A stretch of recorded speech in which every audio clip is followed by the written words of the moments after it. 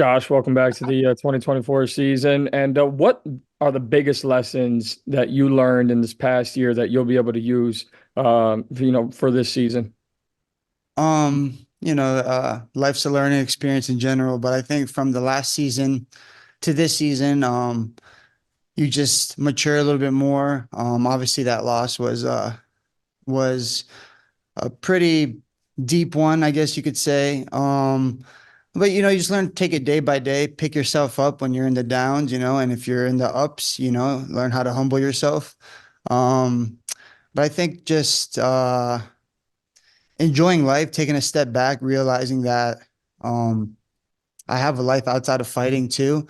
And I think that makes me enjoy fighting in general when I'm not so, um, I'm a fighter. This is my life. This is what I do. I think I got to take a step back, enjoy the journey. Second place isn't always the nicest thing, but man, I'm in a good spot. I've changed my life from when I first started this sport. So just taking a step back and enjoying and smelling the roses or the flowers or however that saying goes. There was a lot made, obviously, about the connection with you and your father, in the build up to the finals last year. Was there ever a moment with him afterwards where it just made it even more rejuvenating coming into this season? Um, yeah, I felt like when the build up last year, everybody was tuned in on that. And, you know, I lost last year and he was right down there with me and he helped me work my way back up. Like I said, I'm human. That was a pretty scarring one. And we worked our way back up together. And he even feels the improvements, just not in the gym, but just with my mind and even my body. I feel a lot better. Um, Whenever I thought I made tremendous sacrifices, I came to find out that I have to make more.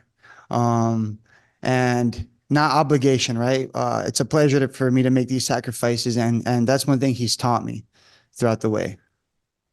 And last one for me, both you and Impa are very great representatives of not only the PFL but MMA as a whole. When you have, so many great fighters with the mindset that you guys have, how freeing is it to know you're all working for one goal, you're all going for, $1 million, a world title, but you're doing it, especially under the PFL where business is booming and everyone seems to share a similar mindset. Yeah, I enjoy this journey that the PFL has given me. I like to think myself as a positive mind, a good guy, and going back to Impa, like I said, I didn't want to lose, but he's such an honorable guy to lose to if I had to lose, and I'm really happy for him. He's a good company guy. He's kind of like somebody that you would want to push out for your organization, and I would like to think I'm the same. We're blessed. We enjoy our journey. We come from foreign parents too, so I think that's a big deal. These opportunities that we have, they're blessings. Um, and I think it's awesome. Of course, I would want the $1 million. Everybody wants $1 million, but if you play your cards right, and you push yourself out there and work after it, you could still change your life. I've been changing my life little by little through this organization, and I'm super blessed to be part of this third season. I guess I could call myself a veteran now, even though I don't feel like one, but I'm looking for many more seasons ahead. Thank you. Thank you. Patrick. So Josh, since your last fight, it seems like you've been doing a lot of DJing on the side. I wanted to ask how you got started with that and how's that been going?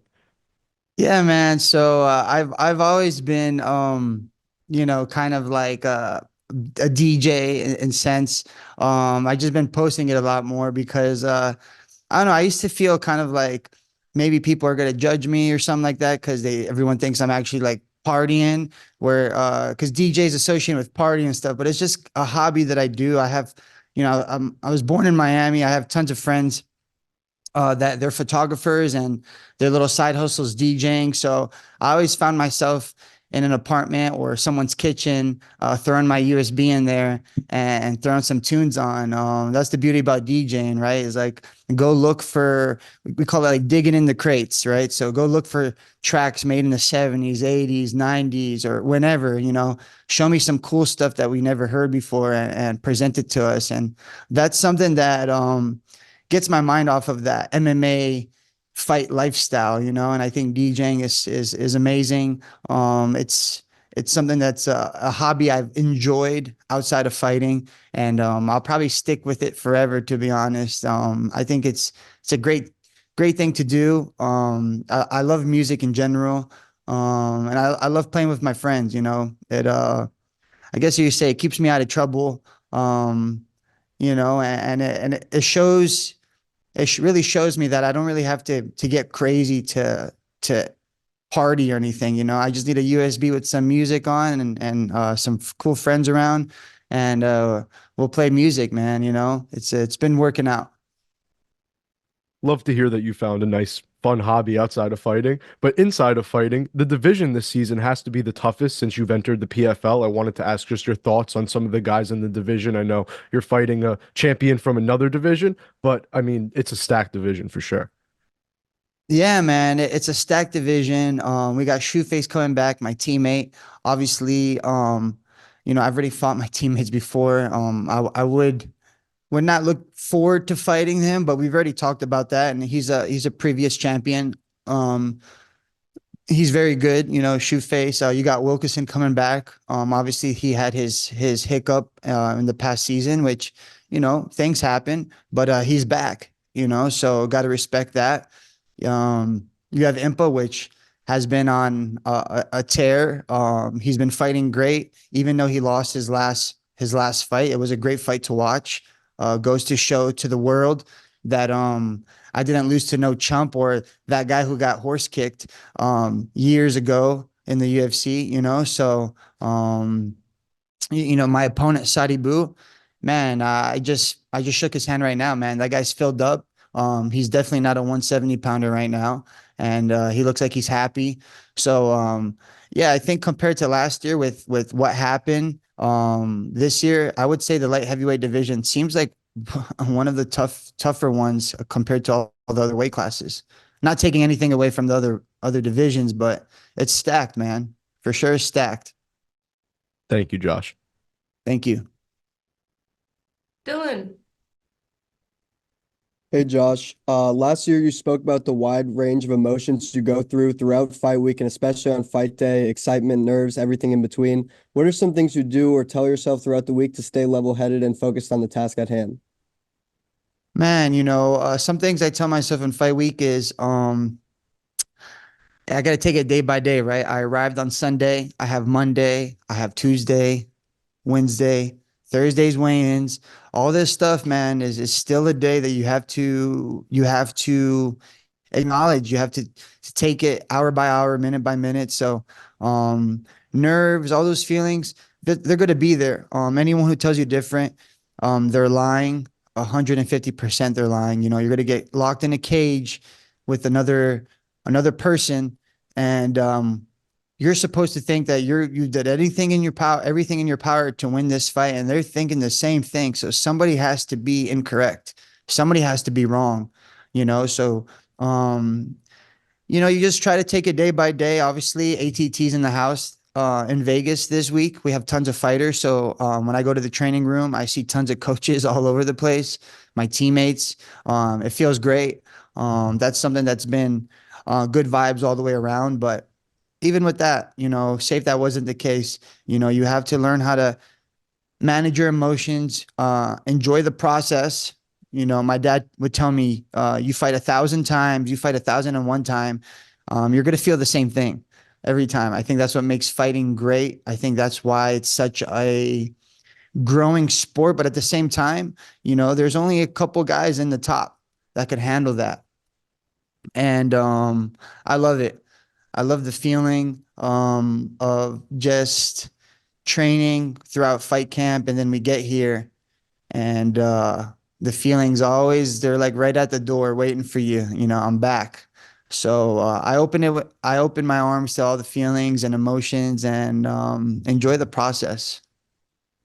And you've displayed some great striking throughout your PFL tenure, but you also have an incredible wrestling acumen, competing at NC State and Arizona State following an impressive high school career at Cardinal Gibbons and Barron Collier. Do you feel like that background and that wrestling base will lead you to success in this bout with the lanky kickboxing Sadabusi? 1,000%. I think there's no secret to how this fight could go. If it's successful for him or when it's going to be successful for me, right? It's a classic striker versus grappler. I don't see him trying to take me down anytime soon. But I know he knows and everyone knows what I need to do. Now, with that being said, I've gone to multiple fights with that mentality and end up knocking people out. Could that happen? 1,000% too. But I know where I've put my training, my background, like you mentioned, and yeah, there's no secret to this, man. Let's go take this guy down and beat him up.